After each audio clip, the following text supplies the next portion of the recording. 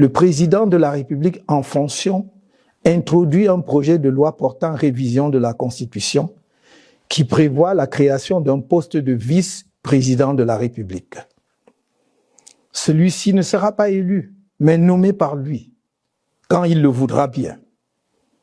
Il pourra le remplacer quand cela lui plaira. Le vice-président devenu président non élu pourra lui-même nommer un vice-président non élu.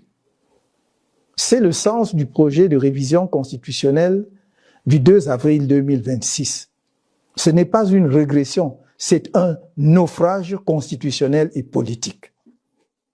En effet, cette pseudo-révision constitutionnelle, qui ne porte à première vue que sur quelques dispositions de la Constitution concernant le président de la République, entraîne un bouleversement majeur des institutions de la République.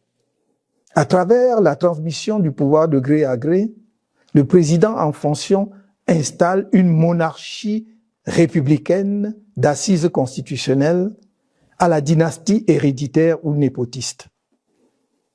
Chers compatriotes, en toute responsabilité, nous dénonçons avec la dernière énergie cette capture institutionnelle du pouvoir qui veut s'habiller d'une apparence de légalité.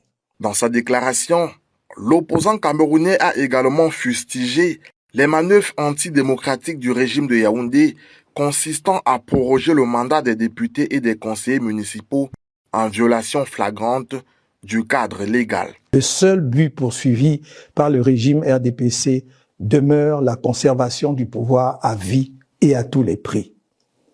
À preuve, aujourd'hui, en 2026, ce régime récidive et piétine à nouveau la Constitution en prorogeant une fois de plus le mandat des députés et en manipulant la loi électorale pour faire sauter le verrou de la limitation de la prorogation du mandat des conseillers municipaux. On se retrouve ainsi dans une situation où le pouvoir actuel est dépourvu de toute légitimité et, normalement, ne peut plus gouverner le pays. En effet, l'ensemble des institutions nationales et locales désignées par voie d'élection sont illégitimes. Plus aucune d'entre elles ne peut revendiquer une assise populaire parmi la majorité des électeurs camerounais. Face à ces nombreuses dérives, Maurice Kamto appelle à une mobilisation citoyenne pour faire échec au projet de conservation du pouvoir mis en place par le RDPC. Nous allons lancer une campagne de pétition en ligne afin que les Camerounais, sans considération de bord politique, puissent s'exprimer.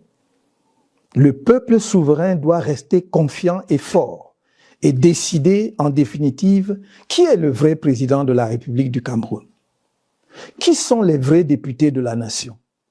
Les vrais conseillers municipaux et maires de nos villes, les vrais conseillers régionaux, investis de sa confiance et donc de sa légitimité.